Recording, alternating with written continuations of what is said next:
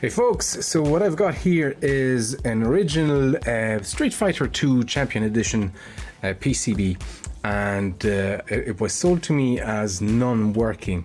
And why was not working? So it's a 3-stack board. There's an A board, B board, and the C board. This usually contains game specific. This is more or less the game, and the A board is common to a lot of CPS1 boards. So I have a Final Fight here, and they would share this same A board essentially. This is exactly the same model, but the B board and the C board would be different and specific to the game. So this required a kick harness, but I don't really worry about that yet. So this was sold to me as a defect. There was a problem with the A board. Now this is quite common, and the unfortunate news is that it is indeed defective in the sense that you see that flickering here, but that shouldn't be here, and those streak bars and that sort of flickering, it essentially shouldn't happen. It's a sprite issue, and if we let the game play for a minute or two, I'll show you exactly what I mean by sprite issue. So the background graphics work fine, there's no problem there, but you see all the sprites have this kind of streak every second pixel, and they're sort of flickering. There you go, now you see what I mean. They look almost transparent, and every second kind of line of the sprite is missing. I'll probably do a freeze frame maybe to show you. I'll take a few pictures while this is running. But other than that, it plays fine. The musics are fine, and we can actually test that the game is doing okay, is running okay. Parchi from jamarcade.net actually put me on these test ROMs. They actually go here to test that everything is fine on the RAM and ROM level. So we're actually going to put that in, just check that everything is fine. But I suspect that this is the custom chip, the I think they're called CPS1A custom chip that handles all the graphics and all that kind of stuff. But if I'm guessing here, it looks like a RAM issue, because there's no problem with the ROMs. There's no corruption or data corruption or anything like that. It just looks like it's a RAM issue just on the sprite RAMs, and it doesn't look like there's any sort of, usually if you have bad address lines, you'll get artifacts all over the place around the sprite, but here it's not quite the case. So I wonder if it's some of the chip enable, or some of the there's a few what is it, the ARIS and CAS signals. I think these are synchronizing signals. But anyway, first let's check the RAM, and then let's check the test ROM, and see what we have. This is our test ROM here in place. It goes in lieu of this 23A chip, and now this is specific to Street Fighter 2 Champion Edition. Let's power this on, and there you go. We get the Street Fighter logo thing. We can see already that we get these, you see these sprite streaks and the flickering in the background. And this board comes up as absolutely fine, as because there's not really any problem with this area, the B and C board. I believe that this doesn't actually check some of the RAMs. Is it the shared RAM or the video RAM? Sorry, no, it's the GPU RAMs, which would be on the A board. So it's the sprite and background ROMs. But this indicates the background, I assume, is done with sprites, or is handled by the sprite ROM, and this is why we get all this. Anyway, let's switch this off, take the RAM, put the ROM back in, sorry, and you can see what the problem here, well, one of the problems with these boards is that I have no access to this A board.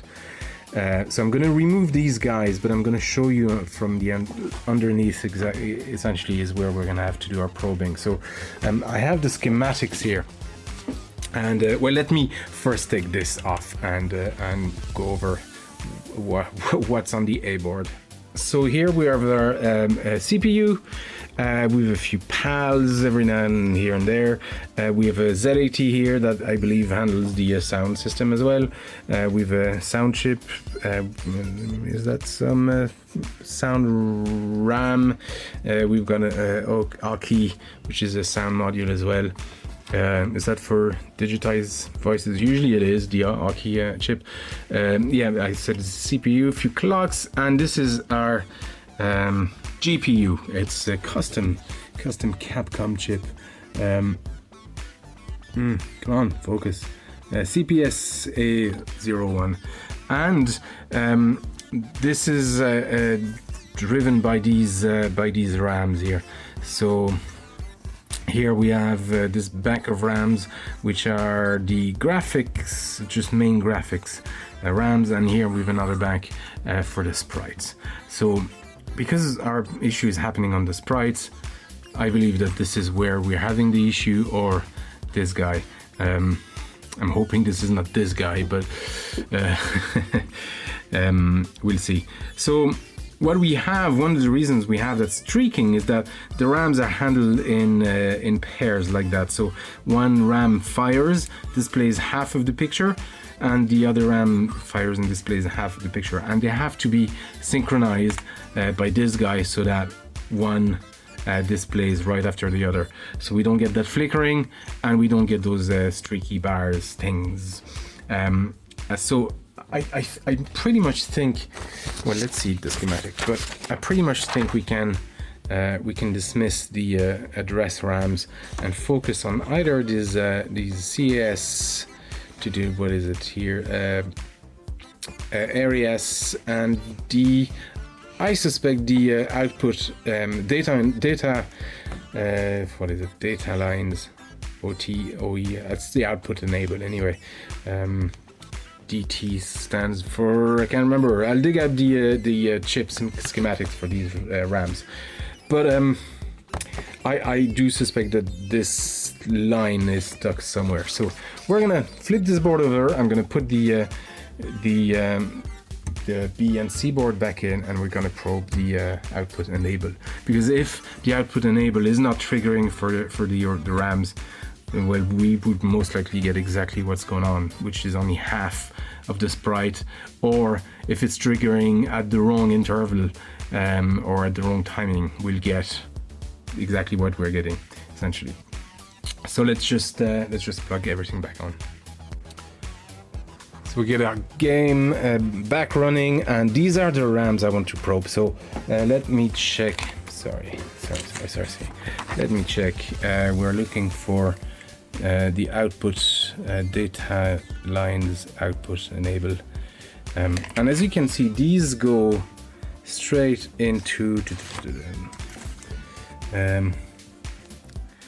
these. Output enable goes to bank. So we got bank A. This is actually the data for bank A. I don't have to print out for bank B, but it's identical, and it goes to a different bank on the GPU. So we've got here bank focus. Come on, bank A and bank B. So this handles one bank of RAM. This handles the other bank of RAM. So I have bank A here, and the data line goes to. Data enable goes to, ADTOEB. So, well, fair enough. And this is, oh, here it is. There you go. ADTOEB, and we should have ADT. Sorry, this is BDTOE. So this is bank B, yeah, and bank A. So we have these either go one bank goes to pin 47 and the other bank goes to pin, is it 21? It's so hard to read. Something like that, yeah. Anyway, first let's check these. So these are the pins. You can actually have just standard flat type RAMs or these funky looking ones, but the pin out on these goes like this. Instead of going 1 2 3 4 5 etc., it goes 1 2 3 4 5 6 7 8. So we're looking at 1 2 pin 10. So pin 10 1 2 3 4 5 6. So it should be here. And this is just triggering super fast, fair enough. 1, 2, and these are all connected actually, I should have said. But I suspect that if we look at this guy, there you go, it's triggering, actually barely triggering low at all. And it's going much slower. Will I fire the scope on this? Yes, let's do that. There you go, folks. So what I have here is the top one is my, what I assume is my working RAM bank, and the bottom one is the one that's not working. So this is the non-working one and the working one. As you can see here, let me just zoom in a bit. These should be essentially triggering roughly at the same time. If I superimpose them, yeah, pretty much at the same time. But we can see that it's not. I mean, it goes low at some point, but here it doesn't. It tries to do something, where this one is going low, etc., etc. all throughout. I don't know, is that how many is there? 1, 2, 3, 4, 5, 6, 7, 8, 9, 10, 11, 12, 13, 14, 15, 16, 17. Is there any logic behind those numbers? I don't care. It seems to be irregular enough, but I believe that this is our problem here. See if we can get a better sync. No, I believe that this is our problem here. That this bank, the output enable, which is coming from the custom chip. So that's the signal coming into the RAM, not out of the RAM, but it's coming into the RAM to enable the RAM to output something, is only working 17th or 16th of the time, something like that, which would explain why we get these bars and that flickering, because it happens at a different rate, and that's how visually it translates into this difference of sync in the output line, or the RAM's outputting something. So it's not it's only enabled a fraction of the time, and then so it only outputs a fraction of the time. So bank A is coming from pin 21 of the GPU, and indeed you can just see there's a very low refresh rate if you compare to pin let me see, 47, which would be here. Is it? No, here. There you go. Refreshing much higher frequency. Not refreshing, but triggering. So this is indeed a problem with this chip, and I could do one last thing. Maybe it's try the A board from my final fight onto the Street Fighter and see what happens. There you go. This is the B and C board working with a working A board from my final fight, and you can see it's working perfect. It's no flickering, no sprite issue. So what we have is indeed a problem with this chip.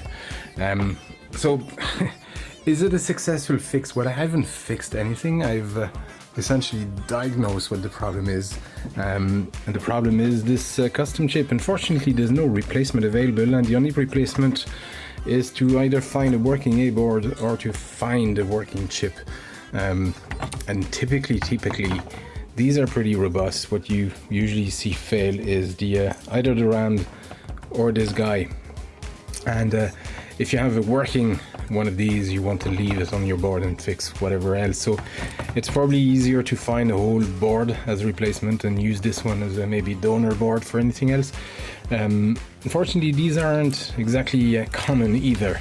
You'd probably more easily find a B and C board, and you'll have to juggle your A board because these fail at an increasing rate. But anyway, so that's going to be my goal for the next while. If you know somebody actually that has a working A board, let me know, because I'm looking for one essentially.